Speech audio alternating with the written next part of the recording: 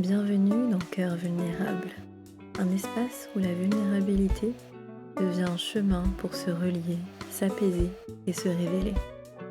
Je suis Lydie et ici on prend le temps de ressentir, d'explorer ce qui vibre et de mettre des mots sur ce qui nous traverse. Ensemble, créons un espace de reconnexion.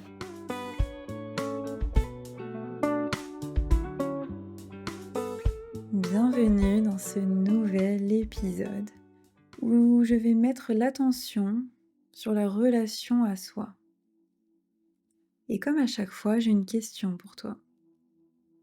Et si prendre soin de soi était un acte sacré? Prends quelques instants pour réfléchir à ça.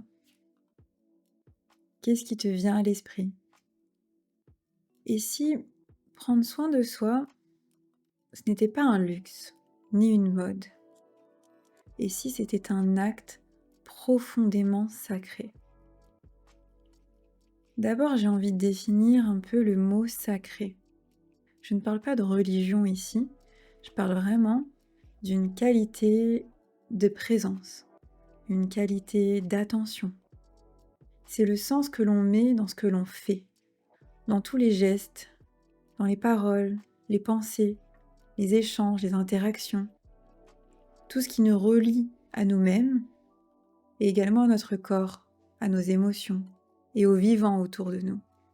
J'ai envie de te partager un petit peu mon expérience, la différence entre quand je fais quelque chose et que je porte mon attention dessus, et à l'inverse, quand je ne le fais pas, qu'est-ce qui se passe? Qu'est-ce que je ressens?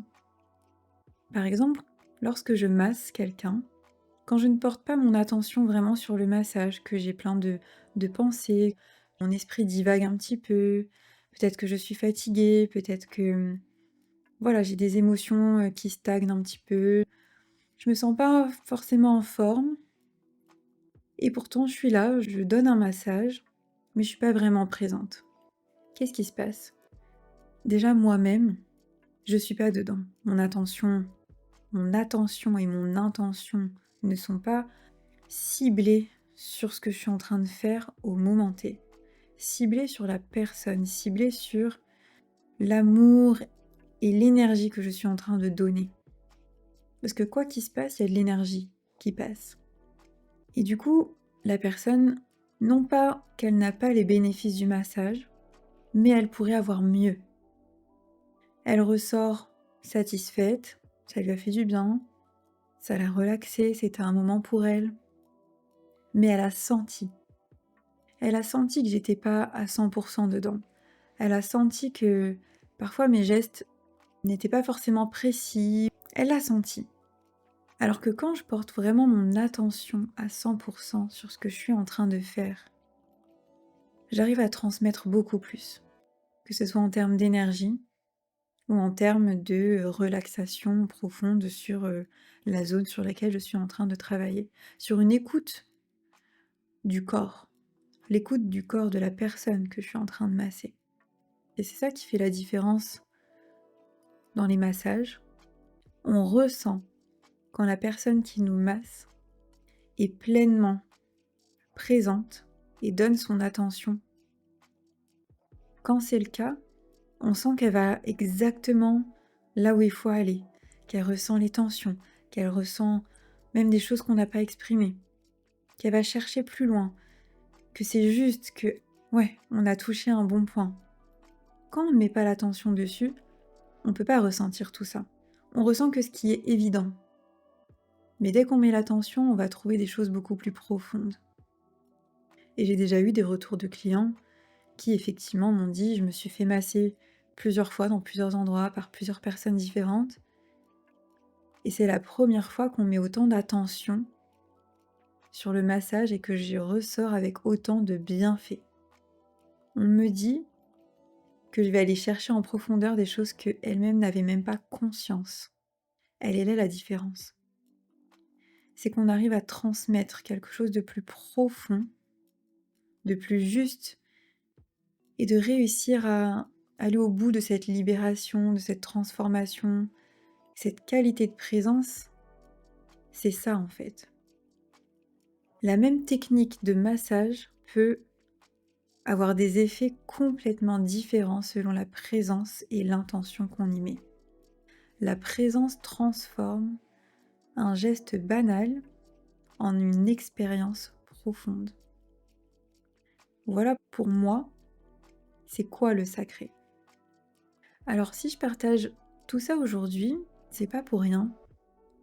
En ce moment, j'ai pris des décisions pour vraiment, revenir à moi, revenir à cette présence, à prendre soin de moi, du coup d'une manière plus sacrée. Et donc récemment, j'ai pris une décision de me remettre à 100% dans mon entrepreneuriat, dans mon entreprise, pour pouvoir en fait créer des espaces de soins à mon rythme, pour pouvoir vraiment préserver la profondeur et l'authenticité de ce que je propose. C'était pour moi une décision qui n'était pas facile, parce qu'il fallait passer outre la sécurité, outre les pensées, le regard des autres et mes propres peurs. Mais je me suis reconnectée à ce qui était le plus important pour moi et pourquoi je fais ce que je fais aujourd'hui. Qu'est-ce que je veux, qu'est-ce que je recherche? C'est pouvoir être pleinement présente et donner toute l'attention à mes clients. Et la meilleure façon pour moi de le faire, c'est de prendre soin de ma qualité de présence, prendre soin de moi et remettre du sens dans tout ce que je fais. Donc dans cet épisode, on va aller explorer comment prendre soin de soi, agit physiologiquement, émotionnellement, énergétiquement. Comment le soin devient sacré à l'intérieur, au niveau également relationnel et d'un niveau aussi symbolique. Le plus grand soin que nous puissions offrir au monde, c'est celui que nous commençons par nous offrir à nous-mêmes. Alors, le soin dans notre société actuelle, c'est souvent réduit en fait à une performance ou à des routines un peu superficielles. On le voit beaucoup sur Instagram, des to-do list, de self-care, des rituels mis en image avec une esthétique presque parfaite, perfectionniste. Mais en fait, c'est superficiel, c'est rapide. Il y a quelque chose de vide là-dedans. Ce qui manque, c'est l'expérience, c'est la profondeur. C'est ça qui fait la vraie puissance du soin. Moi-même, je suis la première également à partager sur les réseaux des routines self-care, des to-do list self-care également. C'est une première façon de partager un petit peu ma vision. Je pense que c'est important de remettre ça au centre et c'est un petit peu ce qui est en train de se produire sur les réseaux. Et je trouve ça super. Et en même temps, j'ai envie de rappeler que c'est pas juste ce qu'on voit sur les réseaux, c'est tout beau, c'est très esthétique. Le plus important là-dedans, c'est vraiment l'expérience. Et donc ça commence dans le quotidien. Comme boire un verre d'eau machinalement, ça ne nourrit pas vraiment le corps. Alors que le boire en conscience, prendre son temps, ça devient vraiment un moment de présence et d'énergie. Également, marcher dans la rue sans regarder autour de soi, ça ne recharge pas vraiment. Alors qu'une marche attentive au souffle, à la respiration, aux sensations dans les pieds, dans le corps, à la lumière du jour, à ce qui nous entoure, permet réellement de se reconnecter à soi. Ou encore faire une pause et prendre son téléphone, ça permet pas réellement de se reposer. Alors que faire une pause et respirer ou écouter son corps pendant quelques minutes, ça permet vraiment de revenir dans son centre, se recentrer à l'intérieur de soi avant de se replonger dans le tumulte du quotidien, dans la routine, dans le travail. Le soin conscient, c'est ralentir ses gestes. C'est poser une intention avant une action. Même une action simple, comme boire un thé, comme manger, comme marcher. c'est transformer le quotidien en un acte vivant et sacré. Ces micro-moments deviennent des gestes de respect pour soi. Ces gestes-là permettent de réguler naturellement le stress et permettent de sentir l'énergie circuler dans son corps. On est en plein dans une période où on met l'organisation sur un premier plan, on le voit sur les réseaux, il y a beaucoup de choses qui sortent sur comment mieux s'organiser dans son quotidien, au travail, à la maison, etc. C'est très utile. Mais attention au perfectionnisme. Parce que le vrai soin, ce n'est pas cocher des cases. Il s'agit réellement de ressentir, d'écouter, d'être présent à soi-même et à ses besoins. Ce n'est pas ce que nous faisons qui est sacré, mais c'est la manière dont nous le faisons. Par exemple, il y a quelque chose que j'aime bien faire, c'est quand je plie mon linge. Je ne sais pas si vous avez déjà entendu parler de Marie Kondo. Elle donne des techniques pour plier son linge, pour que ça prenne moins d'espace, etc.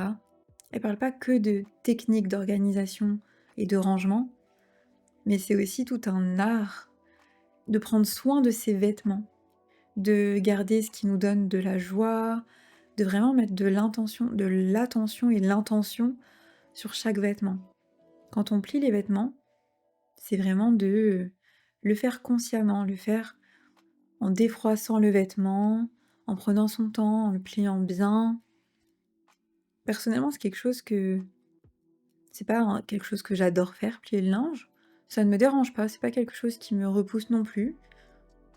Mais quand je le fais avec cette technique-là, je prends encore plus de plaisir à le faire.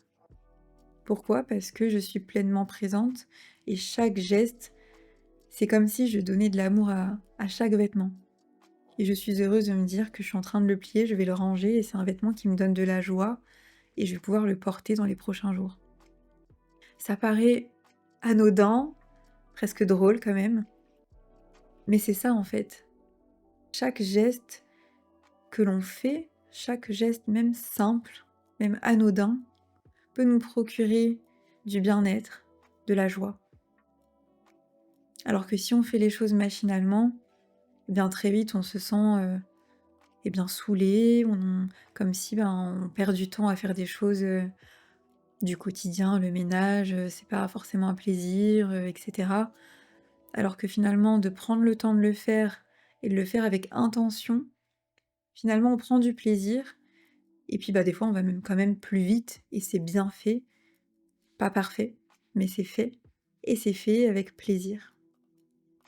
Le soin, ça parle aussi de vulnérabilité. Pour moi, prendre soin de soi, ça implique de reconnaître ses propres besoins, de poser ses limites. Ça demande du courage et de la sincérité envers soi-même. Par exemple, au quotidien, dire non à une demande qui nous épuise ou qui pourrait nous épuiser justement, même si ça peut déplaire, dire non dans ce cas-là, c'est vraiment un acte de soin pour soi. C'est un acte de protection de sa propre énergie. Prendre 10 minutes pour respirer profondément après une dispute, après un moment un peu challengeant, une réunion importante, un événement stressant, ou après avoir passé 10 minutes, une demi-heure dans le tram rempli de monde avec du bruit. Et bien prendre ces 10 minutes-là pour respirer profondément, se mettre un petit peu dans sa bulle, c'est retrouver son calme et sa clarté. Écouter son corps lorsqu'il est fatigué ou stressé et lui offrir un moment de repos au lieu de continuer de se forcer par obligation, par croyance que il faut. C'est les il faut là qu'on se répète tout le temps. Il faut faire ça, il faut que je fasse ça, il faut, il faut. Quand on arrête d'écouter ça et qu'on écoute réellement son corps et qu'on se repose, on renforce vraiment la présence et la justesse dans ses choix. Quand on se retire pour se reposer, le moment où on revient, où on sort de ce repos-là, on est beaucoup plus ancré, beaucoup plus présent, beaucoup plus centré, concentré, productif, attentionné.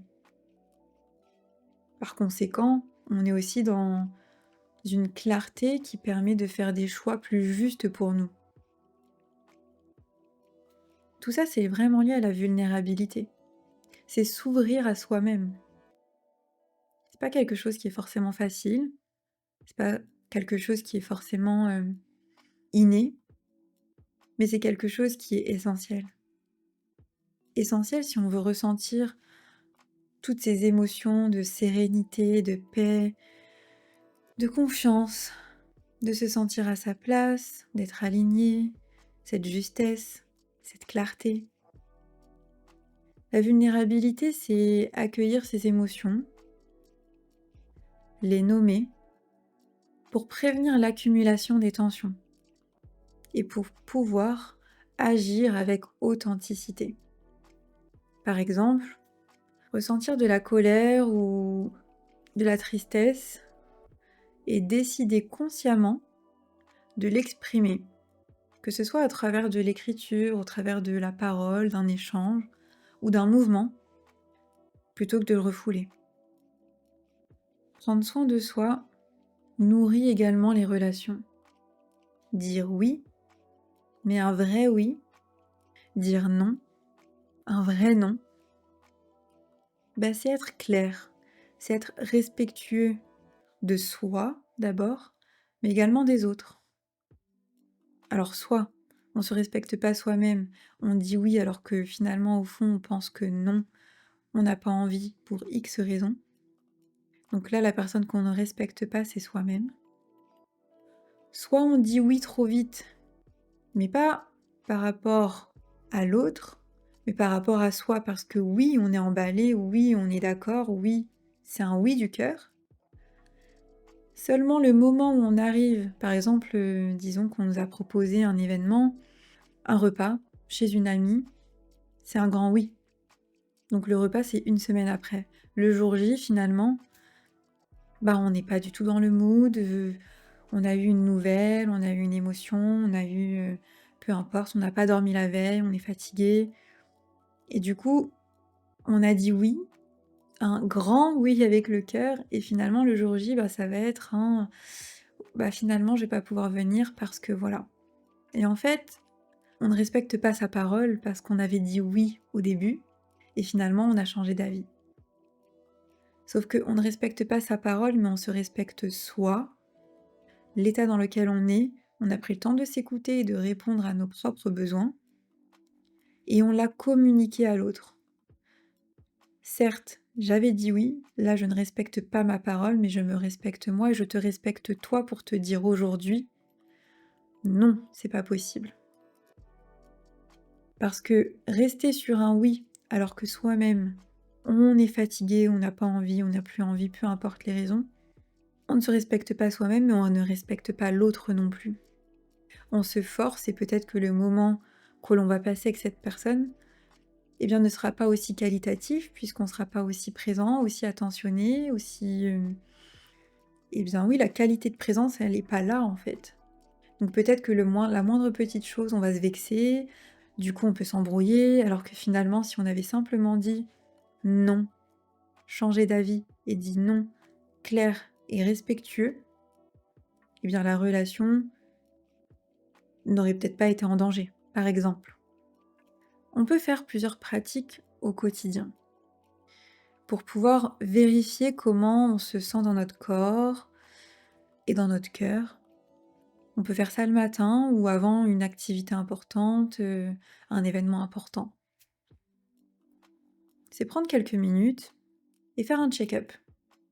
Observer qu'est-ce que l'on ressent, qu'est-ce qui se passe, et le pratiquer au quotidien pour pouvoir observer les différences. Quand on est fatigué, qu'est-ce qu'on ressent dans son corps? Quand on est en joie, qu'est-ce qu'on ressent dans son corps? On peut écrire quelques lignes sur les émotions qu'on ressent, les pensées que l'on a, et prendre un moment pour respirer profondément. On peut le faire avec la main sur le cœur, et vraiment accueillir ce qu'on ressent, accueillir ce qui se passe, accueillir les pensées, accueillir les ressentis. Nos limites sont des invitations à créer des liens plus vrais. J'ai envie maintenant d'aller un petit peu plus loin dans le soin comme un acte sacré. Le sacré, ça a quand même une dimension symbolique dans le soin de soi. Le mot sacré vient du latin et signifie séparer ou consacrer. En fait, prendre soin de soi devient le fait de se réserver un espace pour soi, un espace, du temps, de l'attention, un lieu qui n'appartient qu'à soi, et cet espace-là, de le rendre inviolable. C'est ce qui le rend sacré. C'est dire ce moment hors du quotidien, du brouhaha, hors du bruit, des tornades qui se passent à l'extérieur. Ce moment-là, c'est un moment qui est hors de tout ça, hors du temps, et il est consacré à ma vie intérieure, il est consacré à moi, mon intérieur. C'est comme quand on met un objet de côté, un objet précieux, parce qu'on a envie de le protéger. En fait, prendre soin de soi comme un acte sacré, c'est se protéger soi-même. C'est se mettre soi-même à part pour se préserver. On peut vraiment voir le corps comme un temple. Symboliquement, on compare souvent le corps à un temple. Et prendre soin de soi, eh bien, ça peut être entretenir ce temple-là, le garder vivant, le garder respirant, harmonieux, sain. On peut au quotidien faire des gestes sacrés qui viennent nourrir notre corps, en l'écoutant, en se reposant.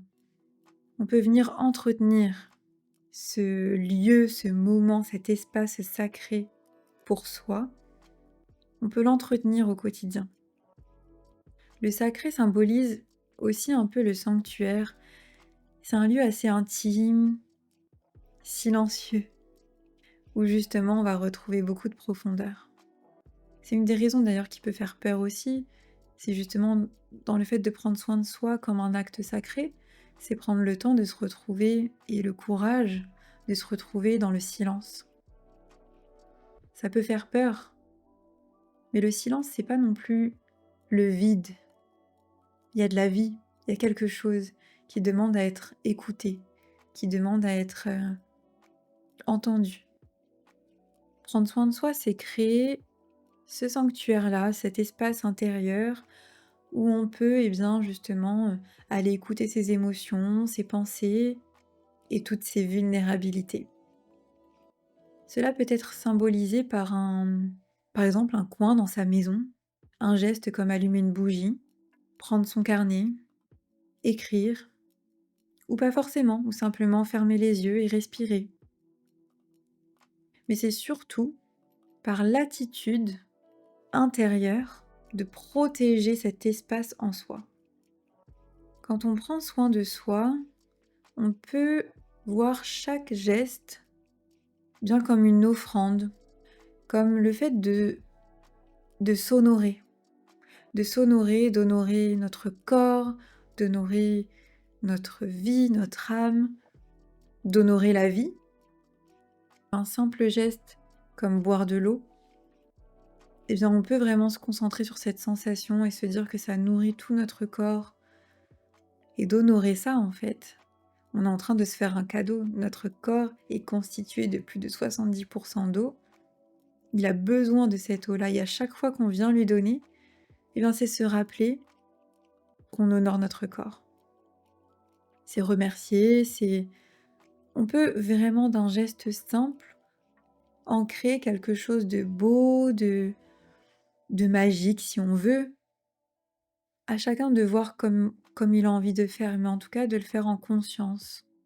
Ça peut être boire un verre d'eau comme le fait d'honorer la vie, ça peut être dormir comme rendre grâce à son corps, écrire comme déposer vraiment sa vérité, respirer, ça peut être se relier au souffle de la vie.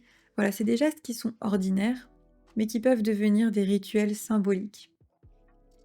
Nous sommes des êtres vivants. La nature est vivante et on peut aussi voir cette connexion-là. Là, on rentre vraiment dans plus de profondeur, dans cet acte sacré de prendre soin de soi. C'est aussi de se relier à soi et de se relier aux autres et au monde. Dans de nombreuses traditions, le sacré est délimité. Il y a une frontière, un seuil à franchir. Prendre soin de soi, on peut le voir aussi comme du coup apprendre à poser ses limites, comme je parlais tout à l'heure, dire non ou dire oui. Protéger vraiment son énergie et ne pas se laisser envahir, c'est vraiment sacraliser son espace vital en fait. Le protéger, le sacraliser, il y a une frontière à ne pas franchir et ça c'est comme un cocon qu'on se crée soi-même, qui est toujours avec nous et que peu importe où on est, ce que l'on vit, avec qui on est, n'importe quel moment on peut s'y connecter. C'est quelque chose finalement aussi de très rassurant, de très sécurisant. C'est quelque chose que l'on peut se créer soi-même à l'intérieur de soi. C'est un espace, un sentiment, un refuge.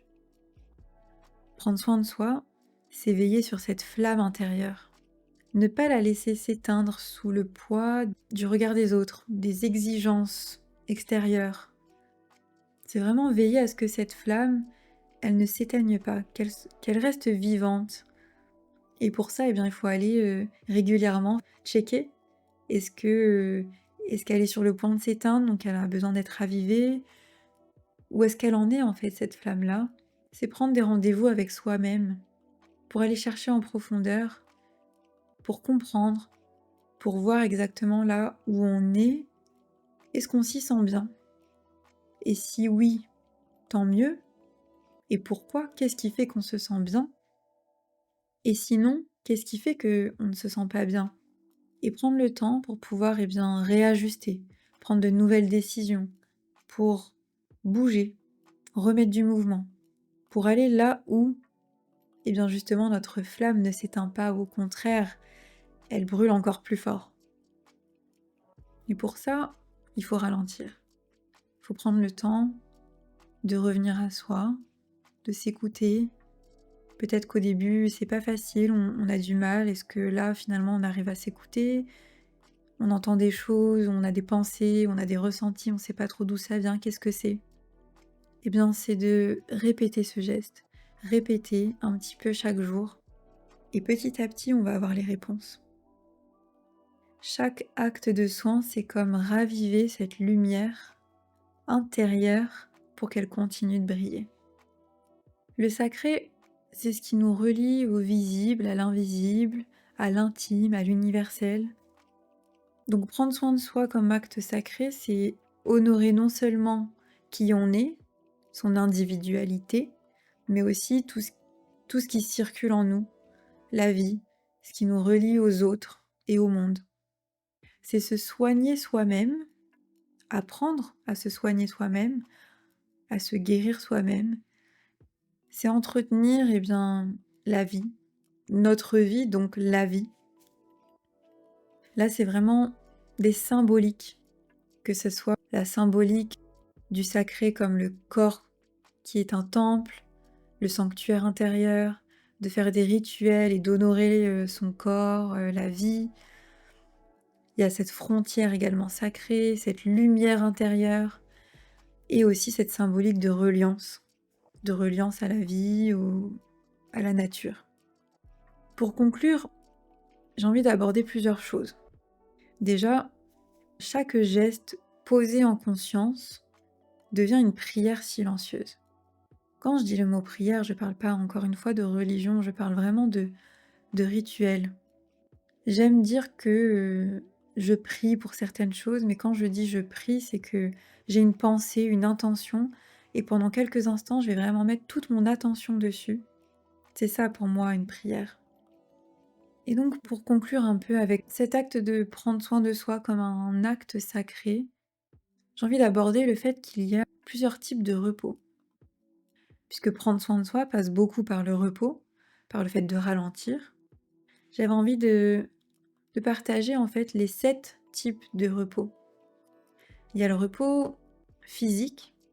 En fait, le repos physique, c'est quoi? C'est dormir, récupérer, permettre à son corps de refaire le plein d'énergie.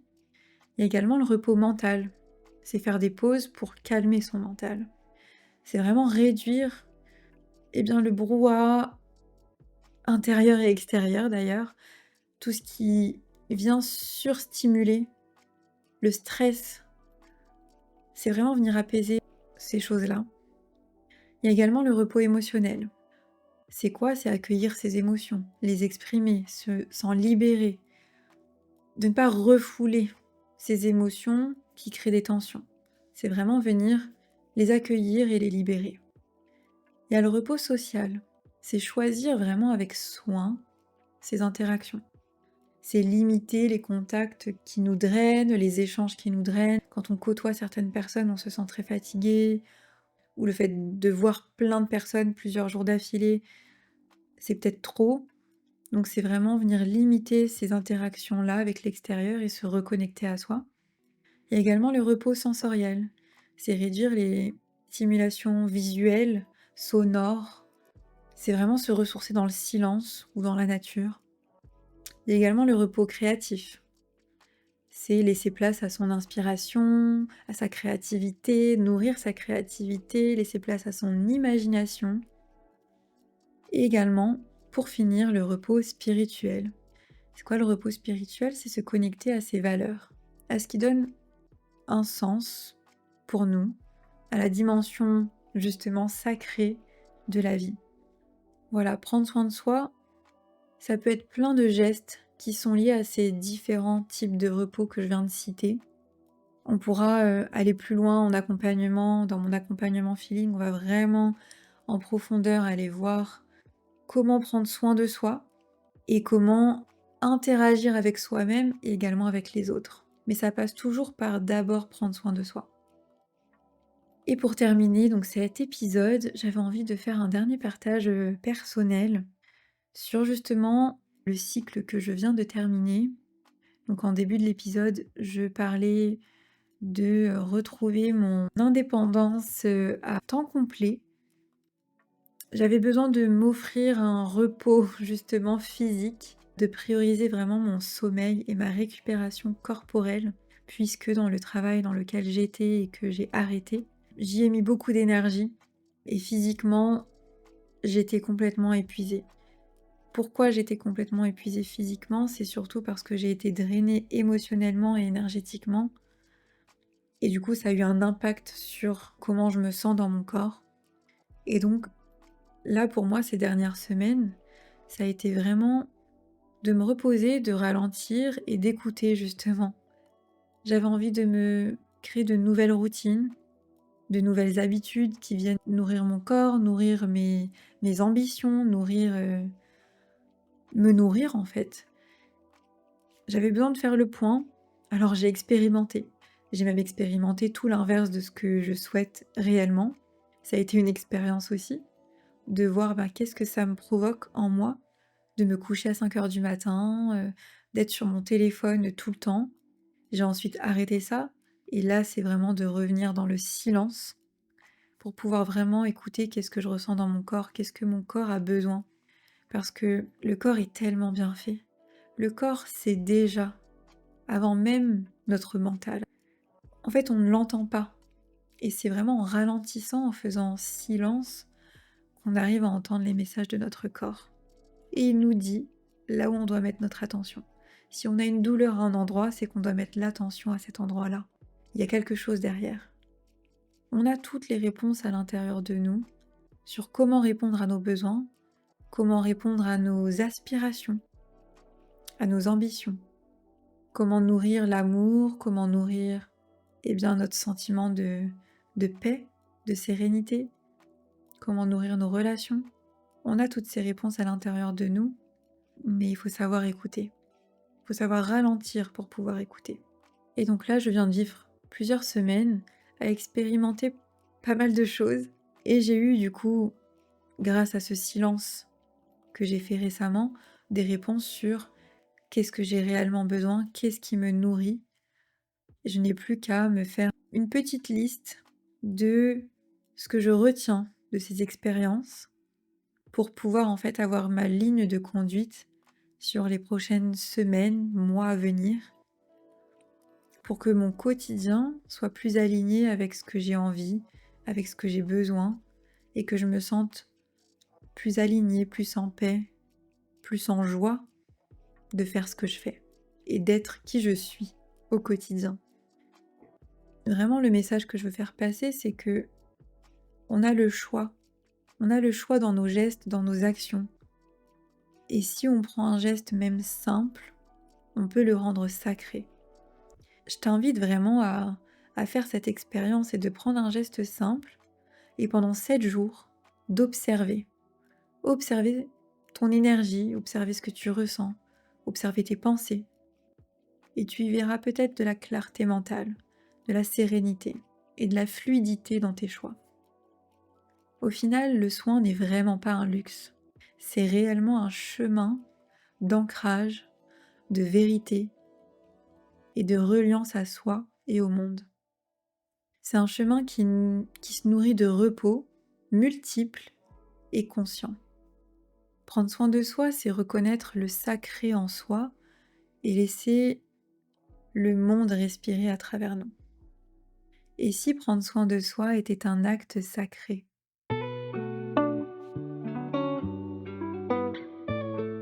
Merci pour ton écoute. Que ces mots résonnent doucement ou profondément. S'ils ont touché quelque chose en toi, tu peux partager cet épisode et laisser quelques mots pour faire vivre cette voix. Et à bientôt dans Cœur Vulnérable.